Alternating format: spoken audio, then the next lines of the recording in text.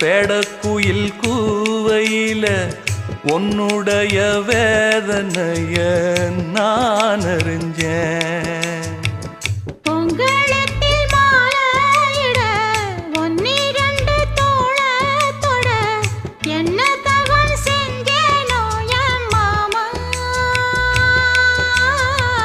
வண்ணக்கிளி கையத்தொட சின்ன சின்ன கோலமிட உள்ளம் மட்டும் வழியே நானே,